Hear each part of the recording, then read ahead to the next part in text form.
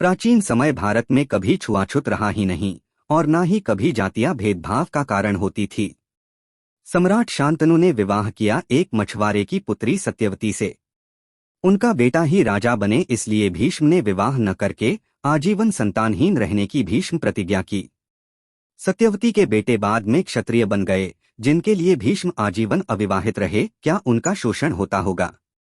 महाभारत लिखने वाले वेद व्यास भी मछुआरे थे, पर महर्षि बन गए, गुरुकुल चलाते थे वो। विदुर, जिन्हें महापंडित कहा जाता है, वो एक दासी के पुत्र थे, हस्तिनापुर के महामंत्री बने। उनकी लिखी हुई विदुर नीति राजनीति का एक महाग्रंथ है। भीम ने वनवासी हिडिंबा से विवाह किया।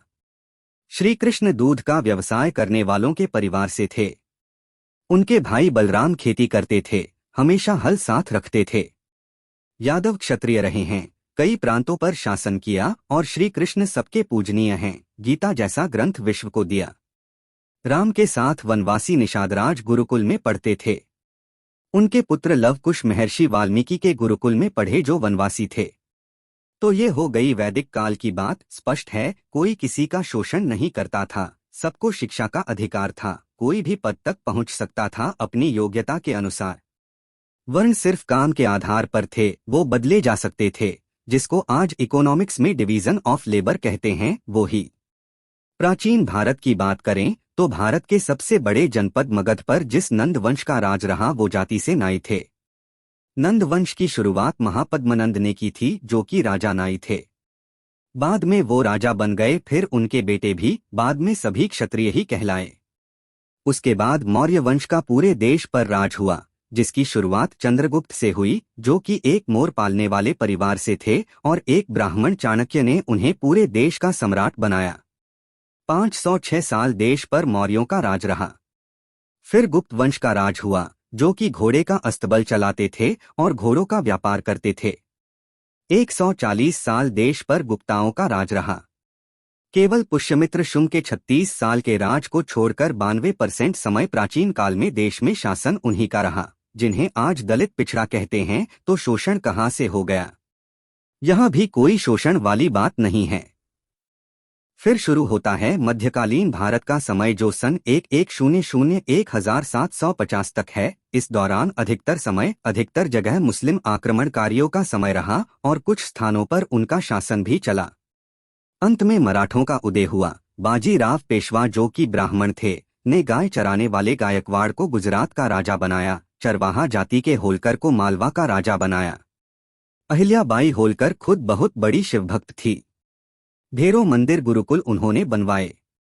मीराबाई, जो कि राजपूत थी, उनके गुरु एक चर्मकार रविदास थे और रविदास के गुरु ब्राह्मण रामानंद थे। यहाँ भी शोषण वाली बात कहीं नहीं है।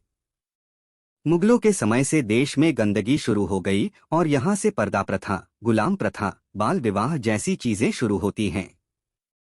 1801-1947 तक अंग्रेजों के शासन रहा और यहीं से जातिवाद शुरू हुआ, जो उन्होंने फूट डालो और राज करो की नीति के तहत किया। अंग्रेज अधिकारी निकोलस डार्क की किताब कास्ट ऑफ माइंड में मिल जाएगा कि कैसे अंग्रेजों ने जातिवाद, छुआछूत को बढ़ाया और कैसे स्वार्थी भारतीय नेताओं ने अपने स्वार्थ में इसका राजनीतिकरण किया। इन हजारों सालों के इतिहास में देश में कई विदेशी आए, जिन्होंने भारत की सामाजिक स्थिति पर किताबें लिखी हैं, जैसे कि मेगास्थनीज ने इंडिका लिखी, फाहियान, ह्यूसांग और अलबरूनी जैसे कई। किसी ने भी नहीं लिखा कि यहाँ किसी का शोषण होता था। पिछड़ी जाति की उमा भारती महामंडलेश्वर रही हैं। जन्म आधारित जाति को छुआछूत व्यवस्था हिंदुओं को कमजोर करने के लिए लाई गई थी।